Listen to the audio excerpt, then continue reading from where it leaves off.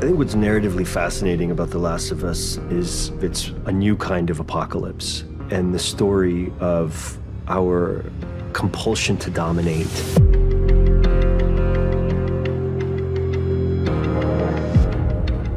So at the end of the third episode, we saw Joel and Ellie leaving in Bill's car, and for the first time, you got a sense that they were a team. And that theme carries through into the fourth episode.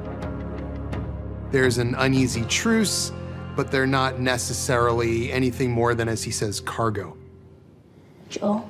Did you know diarrhea is hereditary? What? Yeah. It runs in your genes. Joel secretly loves Ellie's humor and her jokes and her puns. He pretends he doesn't, but he does.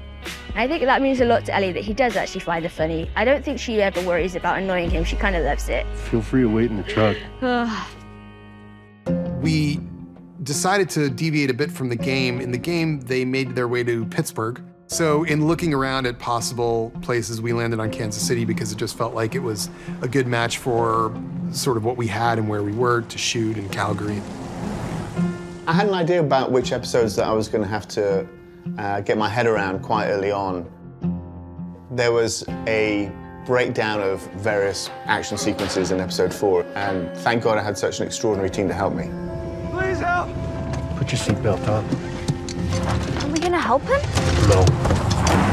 It's quite a fun day. It's just crashing cars. It's, you know, that's why we got into this business. Ellie witnessed Joel being violent at the end of the first episode. And this is a moment where, when they're under attack, Ellie has to trust Joel. You see that hole? When I say go, you crawl to that wall, and you squeeze through, and you don't come out until I say. He is this protector, he is this violent man, he's gonna take care of her. But what she encounters very quickly is how ugly that violence is. He is attacked by someone else who is going to kill him. And Ellie, who has found a gun, walks out and saves Joel through an act of violence. And Ellie is confronted by the horror of what she did and what she's capable of. Joel has an opportunity to comfort her.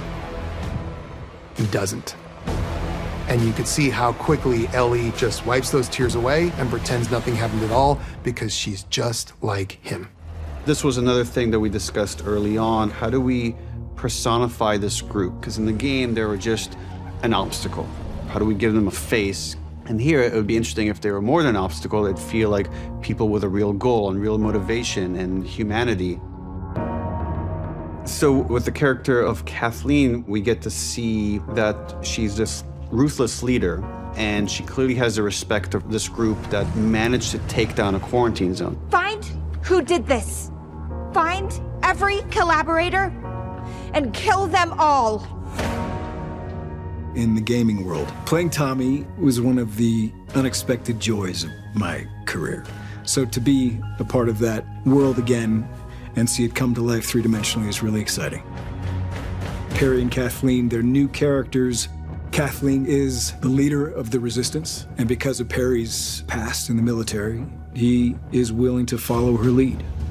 Kathleen is a tough woman. She's a very principled woman, but she definitely has a dark side.